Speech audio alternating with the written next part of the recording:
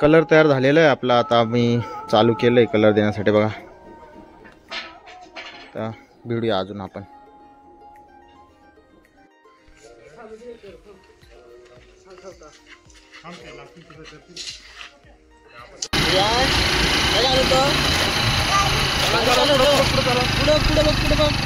नमस्कार मंडळी, तर स्वागत आहे तुमचं आपल्या नवीन ब्लॉगमध्ये।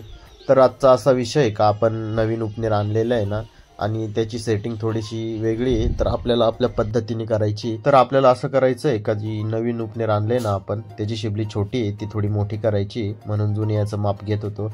आणि जी पायरी ना उभं राहण्यासाठी ती पण छोटी आहे, तर ती पण आपल्याला वाढवायची होती। त्यासाठी आपण मस्तपैकी आता तयारी करणार आहे। चला तर आपण माप घेतलं होतं, आता त्यानुसार आपल्याला जो पत्रा आणलेला आहे ना शिबलीसाठी तो कट करायचा आहे। आणि मग ग्राइंडरने ते कट करायला लागले आणि नंतर थोड्या वेळाने परत त्यांनी मार्किंग केली आणि त्या हिशोबाने पण कट करायचं आहे म्हणून। तर आपल्या शिबलीचं निम्मं काम झालं होतं, पण आपल्याला पेठ लावून काही साहित्य आणायचं होतं। त्यासाठी मी, रियांश आणि रोशन निघालो होतो पेठला। चला तर जाऊया आता।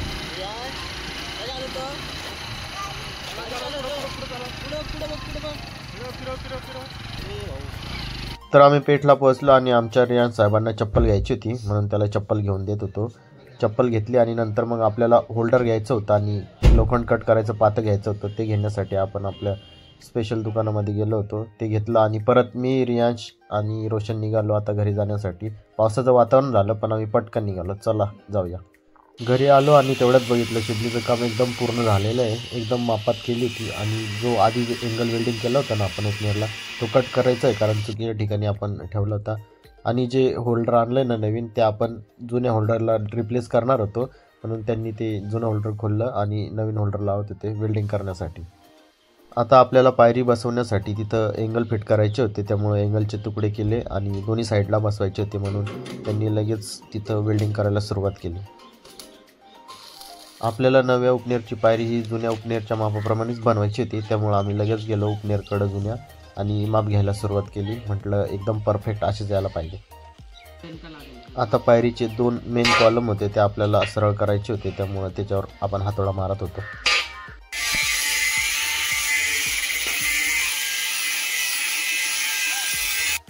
तर मंडळी परत पाऊस चालू झालेला आहे बघा। आणि इकडच्या साईडला आपण जी केळी लावली होती ना तर केळी सुद्धा आलेली आहे, आता कच्ची आहे ती। आपण पिकल्यानंतर मस्त की खाऊया तिला। आणि इकडच्या साईडला बघा पेरू सुद्धा आलेले आहेत। आणि आंब्याला मोहर काही ठिकाणी आलंय, पण या आंब्याला तर नाही आला, पण बाकीच्या ठिकाणी आलेला आहे छान। आणि आता कामाला भेटूया परत आपण। चला आता ते दोन्ही मेन कॉलम एका ठिकाणी आणले होते आपल्याला, जिथं पायरी बसवायची तिथं, आणि वेल्डिंग करायला सुरुवात केली आहे। तर आता बघूया पुढे चला कशी वेल्डिंग होते ते।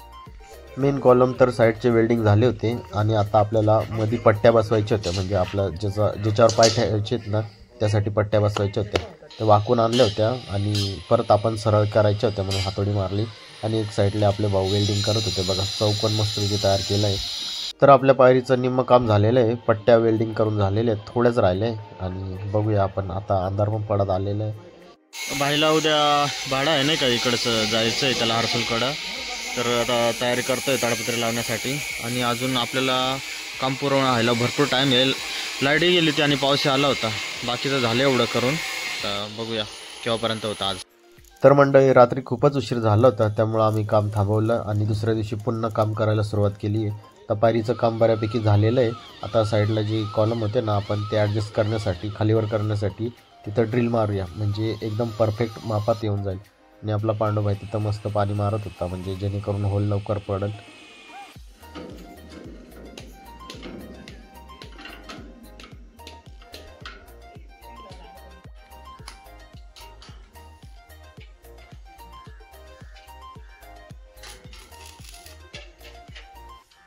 आपली पायरी सुद्धा बनवून झालेली आहे आणि शिबलीचं माप पण एकदम ओकेमध्ये आलेलं आहे। तर आता बसून बघतोय आम्ही, आणि बसवलेली पण आहे चांगली परफेक्टमध्ये दिसते।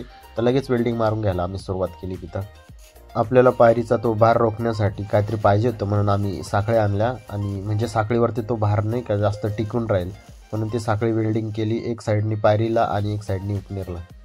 आपली शिबली झाली, पायरी झाली, आणि विषय असा होता का जिथून आपला जो भुसा पडतो ना त्याच्या साईडला अजून एक फॅन असतो, तिथून तो सगळा भात म्हणजे जो फोकळा असतो ना तो खाली पडतो. त्यासाठी त्यांनी अडकावायला काहीच दिलं नव्हतं. मग आम्ही लगेच सांगून त्यांना मस्तपैकी बघा बनवून घेतलं, साईडनी कड्या लावण्यासाठी गोन बसला असं एकदम परफेक्ट. चला तर आपलं आता सगळं काम झालेलं आहे, पूर्ण फिट झालेलं आहे बघा. इथून आपण सर्वात आधी इथं एंगल वगैरे लावलं होतं दोन्ही साईडनी. नंतर मग ह्या पट्ट्या होत्या ना त्या कट केल्या आणि याला वेल्डिंग करून दिलं. नंतर साखळ्या लावल्या आणि शिबली ती मग अशी आपल्याला नाही का ती जरा छोटी होती, तर ही मोठी शिबली साईज केली आणि लावून दिलं. आणि इकडच्या साईडला आपण जो भात फेकले जातो ना काही वेळा बाहेर, तर मग इथं गोणी लावायला आपल्याला सोपं पडेल. म्हणजे त्याच्यात नाही का भात त्याच्यातच पडेल, म्हणजे वाया जाणार नाही. आणि इकडे काय नाही, इकडे जसं आहे तसंच ठेवलं आहे सगळं. आता चला, आता सध्या पावसाळ्यात चालू आहे समजायचं अजून तरी. आणि जेव्हा आपलं भाताला फर्स्ट टाईम काढायला जाऊ ना तेव्हा मी तुम्हाला त्याची व्हिडिओ पूर्ण पाठवतो, कसा भात निघतो काय वगैरे वगैरे सगळं. चला तर मंडळी, आपण शिबली आणि पायरी बनवली होती ना ओपनरसाठी. तर त्याला आता म्हणजे बिना कलरचं आहे, म्हणजे पत्रा होता ना तो, त्याला काही पत्राला कलर नव्हता, त्याच्यामुळे आपल्याला कलर द्यायचं आहे. तर तेवढा कलर आणला आहे मी. मॅच होतो का नाही माहीत नाही, पण मग आणलं आहे. नाहीपेक्षा म्हणजे फार वेगळं दिसलं, त्यापेक्षा थोडं वेगळं दिसलं तर काय फरक पडत नाही एवढा. तर आता ही शिबली ना तिला कलर देणार आहे आणि नंतर ती पायरी त्याला कलर द्यायचं आहे. तर आता कलर आणला आहे, कलर मिक्स करूया आणि देऊया कलर लगेच. तर मंडळी, आपण कलर आणलेला आहे. एक लाल कलरचा डब्बा आहे, एक पिवळा कलरचा आहे आणि आपल्याला ऑरेंज तयार करायचं आहे कलर. हे बघा ब्रश पण ठेवली इथं.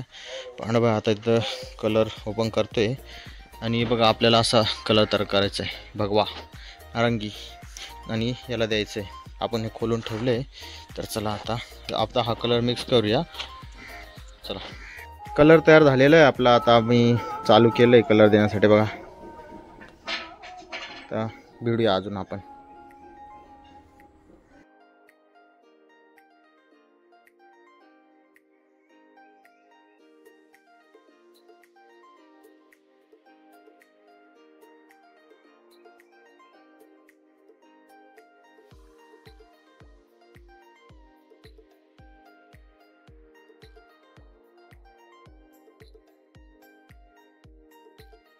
तर मंडळी, कलर देऊन झालं आहे आमचा. हा बघा इथं दिसतो का नाही, थोडाफार मॅच होतो का नाही. जाऊ दे, थोडा कलर कमी पडला. बघूया परत, नाही तर आणूया. म्हणजे थोडा डार्क दिसायला पाहिजे ना, अजून तर दिसत नाही. अजून एक हात मारायचा आहे. आणि बघा इकडची शिबली आहे ना त्याला सुद्धा दिलं आहे, त्याला पण थोडा अजून एक हात मारावा लागणार आहे. पण आजच्यापर्यंत आपण इथंच थांबूया. तर झालं आपलं सगळं फायनल नाही अजून याला बाकी कलर बाकी आहे पायरीला. तर आज आपण इथंच ब्लॉग समाप्त करूया, बाकीचं दाखवतो तुम्हाला नंतर.